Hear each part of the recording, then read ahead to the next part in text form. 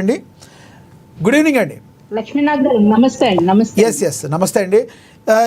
సుజాత గారు, మీరు మాట్లాడే ముందు లోకేష్ గారి గురించి నరేంద్ర మోడీ గారు కలిసిన తర్వాత ఏం మాట్లాడుకున్నారు అనే ఒక చర్చ జరుగుతున్న వేళ ఈ రోజున మన దగ్గర ఒక బయట ఉంది. పేరు నాని గారు మాట్లాడిన మాట ఒకసారి ఆ బయట చూసాక మాట్లాడదాం మనం. అంటే ఎవడో కూడా జగన్మోహన్ రెడ్డి గారిని అరెస్టు చేయడమే లక్ష్యంగా మీరు పైనుంచి కిందకి ఇటువంటి దొంగ సాక్ష్యాలన్నీ కూడా పోగేసుకుని ఎక్కడ ఆధారపూరిత పేపర్ ఎవిడెన్స్ కానీ పేపర్ డాక్యుమెంట్ కానీ లేకుండా వాణ్ణి కొట్టి బెదిరించి సంతకాలు పెట్టించి అదే వాసుదేవ్ రెడ్డి 3 సార్లు కోర్టుకు కంప్లైంట్ చేశాడు. నన్ను బెదిరిస్తున్నారు, కొడుతున్నారని చెప్పాను. చివరికి అతన్ని పిలిపించుకుని లాలూచి మాట్లాడి నిన్నేం చేయను, నిన్ను సాక్ష్యంగా పెట్టుకుంటాం, నిన్ను ఈ ఆంధ్రప్రదేశ్ రాష్ట్రం నుంచి ఏ కేసు లేకుండా వదిలేస్తామని చెప్పి అతన్ని లాలూచి మాట్లాడుకుని అతనితో ఒక కన్ఫెస్ స్టేట్మెంట్, కన్ఫెషన్ స్టేట్మెంట్ అనేది న్యాయస్థానాలు పరిగణలో తీసుకుంటే లేదు. వాదనలో చూసుకుందాం.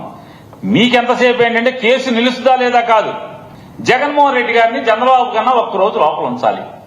ఈ తప్పుడు ఆలోచన తప్పితే వేరే ఏముంది? ఎవరు వీళ్ళందరూ? జగన్మోహన్ రెడ్డి గారి దాంట్లో ఎంత వాటా అని అంటే. సుజాత గారు విన్నారుగా, మరి మీ కూటమి ప్రభుత్వ ముఖ్య నేత నారా లోకేష్ గారు అసలు ఎందుకు వెళ్ళారు, ఆయన్ని కలుస్తున్నారు, నరేంద్ర మోడీ గారిని ఎందుకు కలిశారు, మరి వీళ్ళు ఎందుకు బాధపడుతున్నారు, కంగారు పడుతున్నారు, ఏమంటారు మీరు? సార్, ముందుగా మీకు అలాగే అమ్మ టీవీ వీక్షకులకి ప్యానెల్లో పెద్దలందరికీ నమస్కారం అండి. నమస్తే అండి. పేరు నాని గారి మాటలు వింటుంటే నవ్వొస్తుంది సార్. అంటే చంద్రబాబు నాయుడు గారి కంటే ఒక్క రోజన్నా ఎక్స్ట్రాగా జైల్లో పెట్టాలి అంటున్నారు కాబట్టే కూటమి నేతలు ఇటువంటి తప్పుడు కేసులు పెడుతున్నారు అంటున్నారు. మరి చంద్రబాబు నాయుడు గారు అరెస్ట్ కాకముందే కూడా మరి జగన్మోహన్ రెడ్డి గారు 16 నెలలు జైల్లో ఉండి వచ్చారండి. దాంట్లో అప్పుడు ఎవరు వారి మీద కక్ష సాధింపు చర్యలు చేపట్టారండి. కొన్ని కోట్ల రూపాయలు ఈడీ ఆస్తులు అటాచ్ చేసింది. దాని గురించి ఎవరు మాట్లాడతారండి? అదే దాని మీద ఎవరు కక్ష సాధించారంటారు? అప్పుడు అన్నారు వాళ్ళ తండ్రి గారు మరణం జరిగినప్పుడు రిలయన్స్ మీద వేశారు. దాని తర్వాత జగన్మోహన్ రెడ్డి గారు అవినీతి చేసి ఆయన దొరికినప్పుడు అవినీతి సొమ్ము మీద కేసుల్లో దొరికినప్పుడు ఈడీ ఆస్తులు అటాచ్ చేసి 16 ఏళ్ళలో పెడితే అప్పుడు కాంగ్రెస్ పార్టీ మీద సోనియా గాంధీ వీళ్ళందరినీ బాధిస్తున్నారని చెప్పి కక్ష సాధిస్తున్నారని చెప్పి అప్పుడు మాట్లాడారు. ఈ రోజు వచ్చి చంద్రబాబు నాయుడు గారు కంటే ఒక రోజు ఎక్కువ ఉండాలని చెప్పి కూటమి ప్రభుత్వం కక్ష సాధిస్తుంది అంటున్నారు. అంటే ప్రతి దాంట్లోనూ జగన్మోహన్ రెడ్డి శుద్ధపూస అని చెప్తున్నారు తప్ప ఎదుటి వాళ్ళ మీద వీళ్ళు నింద వేయాలని చూస్తున్నారు తప్ప వాళ్ళు చేసిన తప్పులు అంత తేటతెల్లంగా అన్ని సాక్ష్యాలతో సహా బయటపడుతున్నా కూడా ఇంకా ప్రజలను ఏదో సుజాత గారు, ఇదిలా ఉంచితే కొంతమంది వైసీపీ నేతలకు నిద్ర పడతలేదు అని బయట వస్తున్న చర్చల్లో ఆ మాటల్లో వాస్తవం ఉందా? నారా లోకేష్ గారు నార్మల్గా ప్రధానమంత్రి గారి దగ్గరికి వెళ్తే ఒక 15 గంట 20 నిమిషాలకే ఎవరికైనా టైం ఇస్తారు. కానీ ఎంతో ఆప్తులకి ఇష్టమైన వాళ్ళు గతంలో మనం చూసాం. మీ పవన్ కళ్యాణ్ గారికి కూడా కొంచెం ఎక్కువ సమయం ఇచ్చారు. ఆ తర్వాత నారా లోకేష్ గారు కూడా అంత సమయం కేటాయించడాన్ని ఏదైనా కీలక పరిణామం ఏదైనా చోటు చేసుకోబోతుందని భావించవచ్చా? సరే, ఇంతకు ముందు జగన్మోహన్ రెడ్డి గారు ఎప్పుడు ఢిల్లీ వెళ్ళినా ఎప్పుడు శాలువాలను వెంకటేశ్వర స్వామి చిత్రపటాలు తీసుకుని వెళ్ళి ఆయన అక్కడ ఏం అడిగేవారు, ఏం మాట్లాడేవారు అన్నది చిన్న పిల్లోడు, చెడ్డీ వేసుకున్న పిల్లోడికి కూడా తెలుస్తారు. ఎందుకంటే అవినాష్ రెడ్డిని అరెస్ట్ చేయడానికి సిబిఐ వాళ్ళు వచ్చినప్పుడల్లా నెక్స్ట్ డే జగన్మోహన్ రెడ్డి గారు ఢిల్లీలో ప్రత్యక్షం అయ్యేవారు.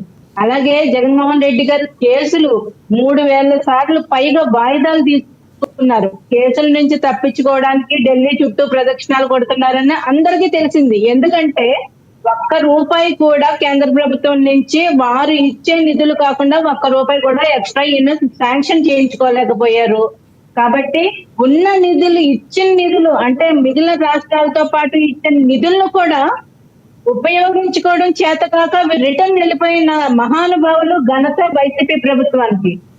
కాబట్టి జగన్మోహన్ రెడ్డి గారు ఎప్పుడు వెళ్ళినా ఆయన కేసుల కోసం వెళ్లారని అందరికీ తెలుసు. ఇప్పుడు కూటమి ప్రభుత్వం వచ్చాక పవన్ కళ్యాణ్ గారు కానీ, లోకేష్ గారు కానీ, చంద్రబాబు నాయుడు గారు కానీ వెళ్తే రాష్ట్ర ప్రయోజనాల కోసం, రాష్ట్రానికి రావాల్సిన నిధుల కోసం, ఇంకేదైనా కేంద్ర ప్రభుత్వం నుంచి మరింత సహాయం కోరడం కోసం వెళ్తున్నారు.